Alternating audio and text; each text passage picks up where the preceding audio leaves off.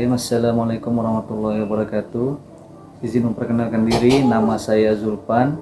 Saya mahasiswa Unisi, jurusan Ekonomi Manajemen RPL kelas H tahun 2025. Terima kasih saya ucapkan kepada Bapak Dr. Haji Agus Maulana SEMM sebagai dosen pengampu mata kuliah Industrial Organisasi dan Hubungan Industri.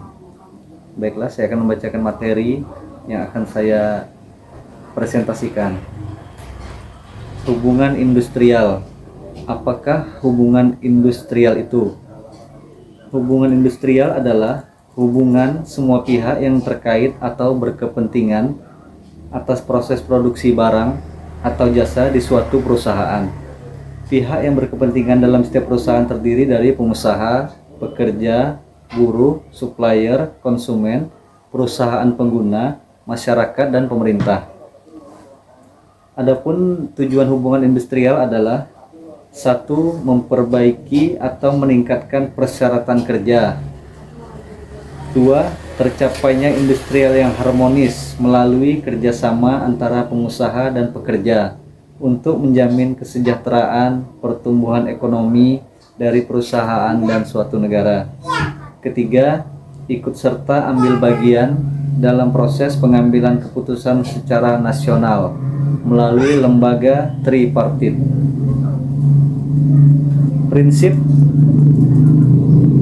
hubungan industrial yaitu sebagai berikut: 1. Kepentingan bersama yang meliputi pengusaha, pekerja atau buruh, masyarakat, dan pemerintah. 2. Kemitraan yang saling menguntungkan seperti pekerja atau buruh dan pengusaha sebagai mitra yang saling tergantung dan membutuhkan. 3. Hubungan fungsional dan pembagian tugas. 4. Kekeluargaan. 5. Penciptaan ketenangan berusaha dan ketentraman bekerja. 6. Peningkatan produktivitas. 7. Peningkatan kesejahteraan bersama.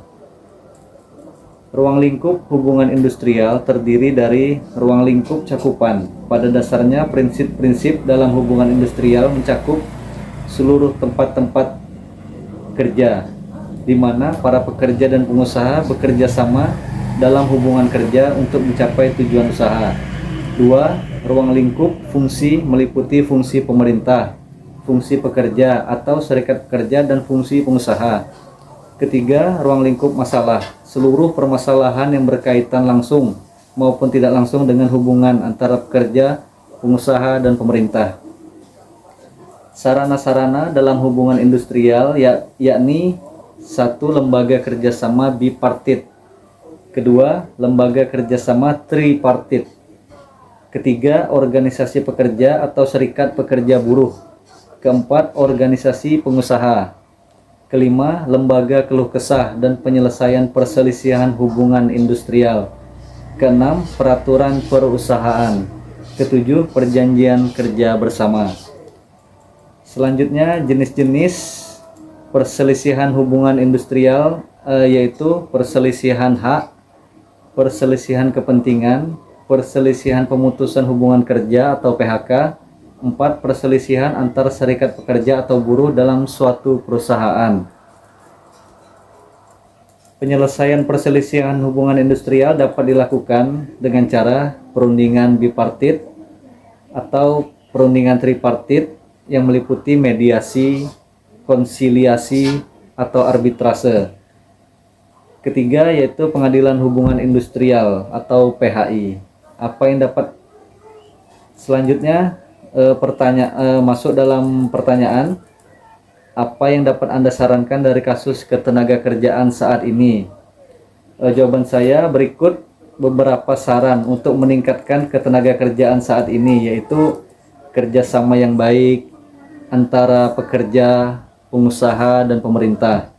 Selanjutnya, pengembangan ekosistem kerja yang mendukung pertumbuhan ekonomi saat ini. 3. Pengurangan kesenjangan upah dan kondisi kerja. 4.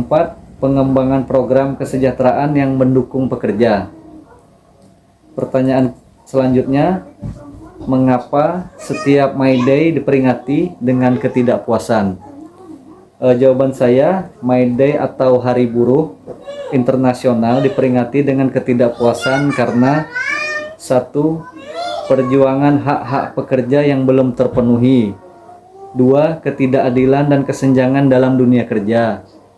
Ketiga, pengabaian hak-hak pekerja oleh pengusaha maupun pemerintah setempat.